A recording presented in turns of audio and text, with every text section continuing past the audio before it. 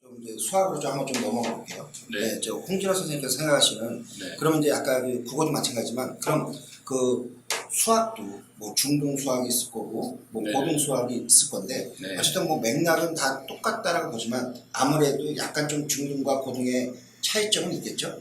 그렇죠. 일단 구성 자체로 이렇게 나눠서 말씀을 드리면 중등 수학 같은 경우는 과정이 수화식으로 되어 있는 대소편이 있고요. 그 다음에 이제 도형 파트로 되어 있는 기하 파트가 있고, 그 다음에 이제 그 중간에 확률과 통계 아주 그냥 조그만 그 내용이 이제 실려 있습니다.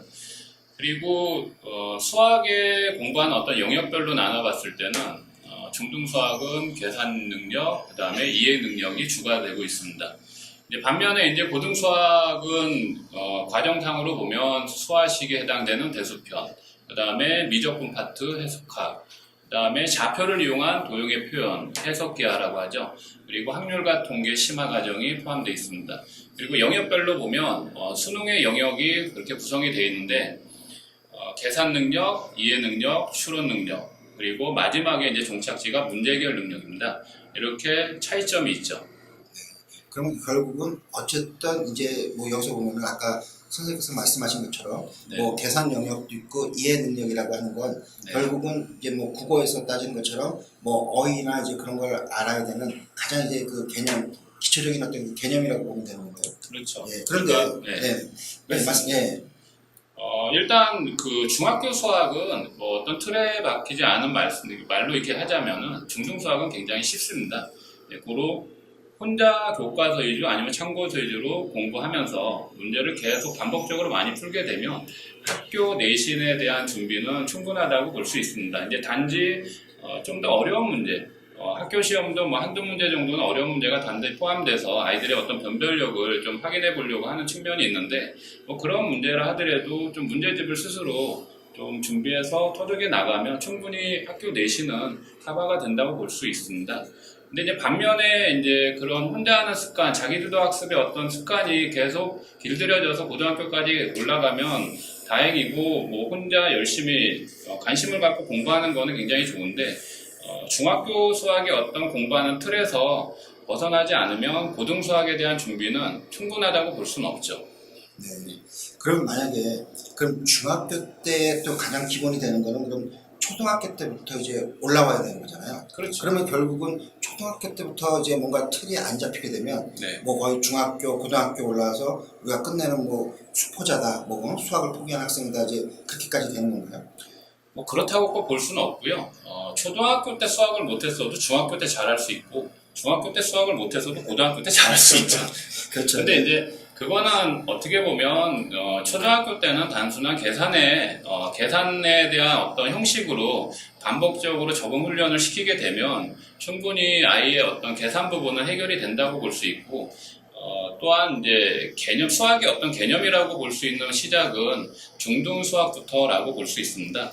그래서 중등 수학의 개념에 대한 부분은 정확하게 그 수학의 심화의 어떤 형태까지 포함되어 있지 않고 혼자 참고서나 이런 부분에서 그 혼자 읽고 쓰고 공부하고 시간 투자하게 되면 충분히 본인 스스로 이해할 수 있는 부분은 된다고 볼 수 있습니다. 네, 그럼 사답인데 네. 그럼 만약에 본인 스스로 이해를 못한다. 네. 그러면 어쨌든 사교육 쪽으로 들어가야 되는 건가요?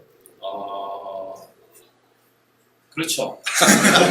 예, 사교육 쪽으로. 사실은 이제 중학교 때까지 저는 이제 학부모님들하고 이제 상담을 해보면 중학교 때까지는 수학 성적이 능히 100점도 나오고 항상 90점 이상을 상회했다는 학부모님들이 상당히 많은데 고등학교 올라와서 학교 내신이 엉망으로 나오게 되면 우리 아이가 갑자기 왜 그런지 모르겠다라는 식으로 하소연하시는 분들이 굉장히 많습니다. 그래서 이제 급하게 중학교 때까지는 혼자 스스로 공부시키다가 고등학교에 올라와서 이제 학원을 찾고 과외를 찾고 하는 경향이 나타나는 이유가 이제 그런 부분에 대한 그 중등학습법과 고등학습법의 차이점을 이해하지 못하는 부분에서 근거하지 않는가라는 생각이 듭니다.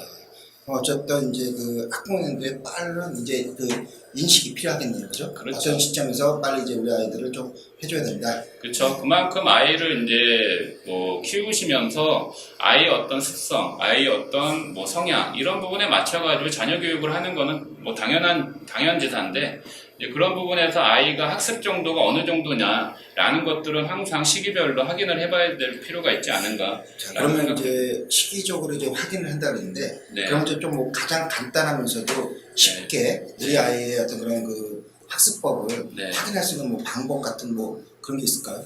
뭐 식사 시간에 아이들에게 오늘 뭐 배웠니? 수학에 대해서 무슨 공부를 했니? 라고 물어봤을 때 아이가 정확하게 그거를 답변 처리할 수 있다면 아이가 공부하고 있다라고 인식할 수 있죠. 네.